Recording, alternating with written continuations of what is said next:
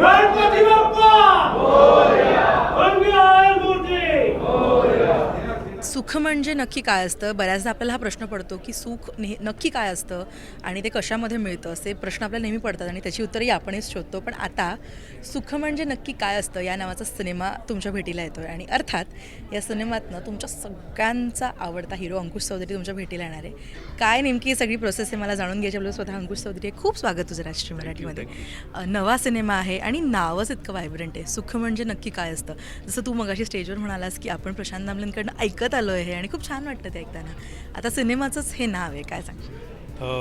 मला असं वाटतं की या लाईनमध्येच गंमत आहे. सुख म्हणजे नक्की काय असतं. प्रशांत दामले यांनी जेव्हा जेव्हा ते गायलं आहे तेव्हा तेव्हा सगळ्यांच्या चेहऱ्यावर नेहमी स्माईल आली आहे आणि असा एनर्जी असलेला माणूस आणि त्याच्या तोंडून ऐकलेलं नाव आणि ते ह्या फिल्मला मिळणं आणि तशी गोष्ट पण असणं, हे सगळं जुळून यावं लागतं. ते जुळून आलं असं मला वाटतं. आणि समृद्धी पोरे ह्या डिरेक्ट करतात, हिंदीमधले गजेंद्र सिंग ते प्रोड्यूस करतात. सो मला असं वाटतं की एक चांगली गोष्ट तुमच्यासमोर येते आणि मला आवडतं नेहमी की छान गोष्टी लोकांसमोर आणायला.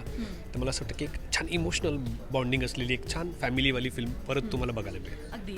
पण अंकुश, एक महत्त्वाचा प्रश्न म्हणजे की दगडी चाळ असेल किंवा डबल सीट असेल, सिनेमातनं प्रेक्षकांनी तुझ्या अभिनयाचे वेगवेगळे पैलू बघितले. आता आणखीन एक नवी भूमिका आहे. पण जेव्हा समृद्धी मॅमनी हा सिनेमा तुला अप्रोच केला तेव्हा काय पहिली फिलिंग होती जेव्हा तू स्टोरी आली?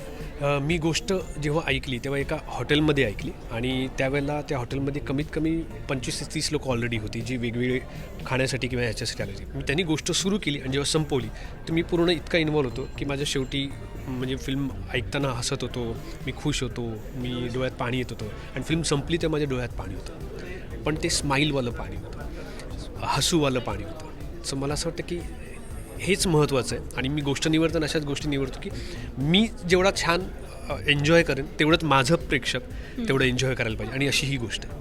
अगदी. आणि सिनेमाबद्दलचं एक महत्त्वाचं, लॉस एंजलसमध्ये हा संपूर्ण सिनेमा शूट होणार आहे आणि खरी कहाणी आहे जसं मॅम मगाशी म्हणाल्या.